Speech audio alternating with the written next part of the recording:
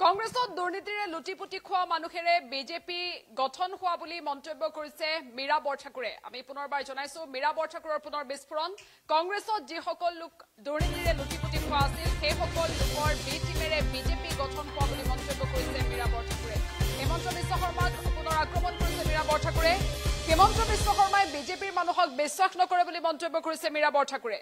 পুনৰবাৰ জনাইছো ইফালে বিস্মিতা গগৈ প্ৰসংগটো মুখ খুলিছে মীৰা বৰঠাকুৰে। কালিৰ দিনটোত বিস্মিতা গগৈ আৰু অংকিতা দত্তৰ বিজেপিৰ যোগদান প্ৰসংগটো মীৰা বৰঠাকুৰৰ বিস্ফোৰক মন্তব্য। আৰু লগতে বিস্মিতা গগৈ কালি ব্লাউজ প্ৰসংগত যি অভিযোগ উত্থাপন কৰিছিল সেই সন্দৰ্ভতো মীৰা বৰঠাকুৰে মুখ খুলিছে।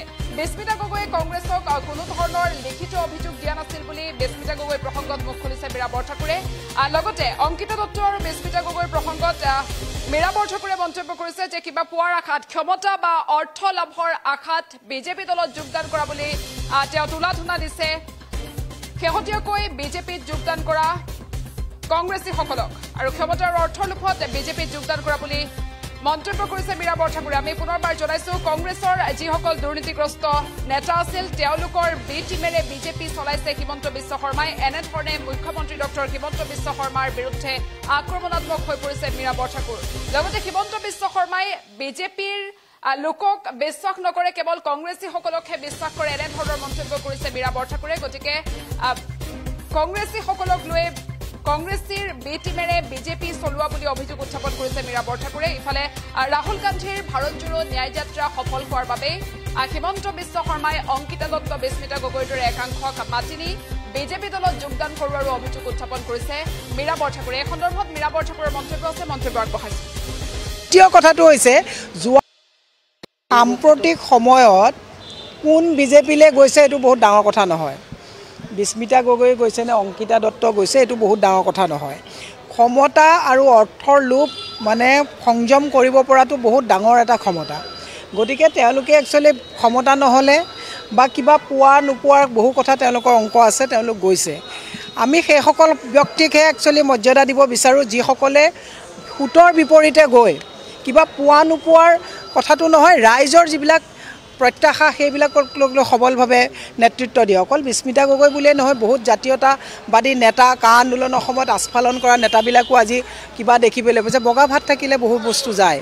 গতিকে এওঁলোকে বগা ভাত দেখি বিজেপিৰ হিমন্ত বিশ্ব শৰ্মাৰ লগত তেওঁলোকে মিতিৰালি কৰি যাব বিচাৰিছে।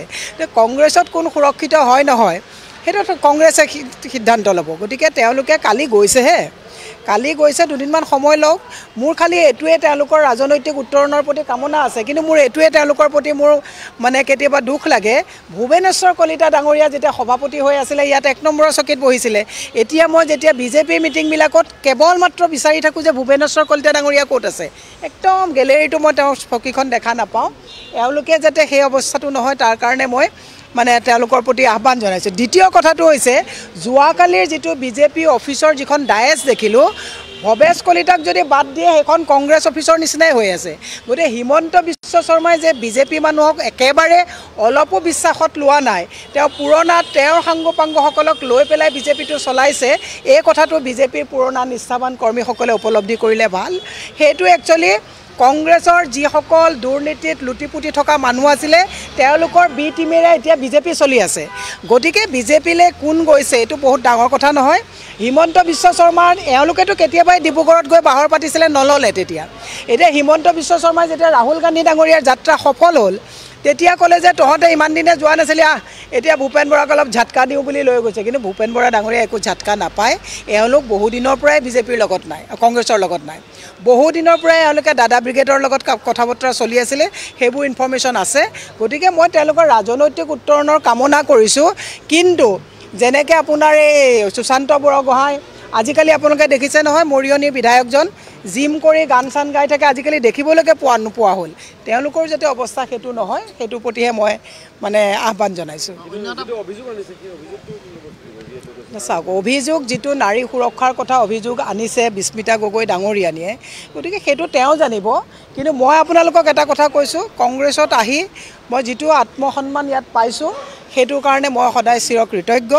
গতিকে তেওঁ কি কাৰণত কৈছে কালি গৈ পাই তেওঁ যিটো অভিযোগ লগাইছে এই অভিযোগৰ কিন্তু কোনো প্ৰতিবেদন তেওঁ ইয়াত দাখিল কৰা হোৱা নাছিলে গতিকে মই বিশেষ দীঘলীয়াকৈ নকওঁ তেওঁলোকক লৈ চৰ্চা কৰাতকৈ আমাৰ গোটেই প্ৰশ্নবিলাক হিমন্ত বিশ্ব শৰ্মালৈ কাৰণ অসমৰ ৰাইজৰ লগত প্ৰতাৰণা হিমন্ত বিশ্ব শৰ্মাই কৰিছে আৰু এতিয়াও যে দল ভঙাৰ যিটো ঘৰ বিভীষণৰ কামবিলাক তেওঁলোকে কৰি আছে গতিকে আমাৰ প্ৰশ্ন তেওঁলোকক লৈ পেলাই নহয় তেওঁলোকে কিবা পাম বুলি কৈছে দেখা যাওক কিনো পায় আমিও চাই থাকিম এতিয়া অন্য এটা কথা সুধিব লৈছোঁ আপে এতিয়া গুৱাহাটীৰ আসনখনো বিচাৰিছে তেওঁলোকে 3খন আসন বিচাৰিছে গুৱাহাটীৰ আসনখনো বিচাৰিছে গতিকে কি ভাবে আপক চাওক ডেফিনেটলি প্ৰত্যেকটো ৰাজনৈতিক দলে নিজৰ স্থিতিটো সবলভাৱে প্ৰতিষ্ঠা কৰিবৰ কাৰণে চিট বিচাৰিবই কিন্তু এটা দলে লোকসভা নিৰ্বাচন খেলিবৰ কাৰণে বুথ পৰ্যায়লৈকে থাকিব লাগিব কংগ্ৰেছে নিৰ্বাচন হাৰিছে যদিও বুথৰলৈকে কংগ্ৰেছৰ আজি তাৰিখত ভেটি সুদৃঢ় গতিকে সেই কথাবিলাক দলে বিবেচনা কৰিব আৰু তেওঁলোকে বিচৰাটোত ভুল নাই কাৰণ দলটোৱে যদি টিকেটেই নিবিচাৰে মানুহে ভাবিবতো এইটো দল কৰি লাভেই নহ'ব তো টিকেট বিচাৰি প্ৰেছাৰটো আগদিনাখনলৈকে ৰাখিব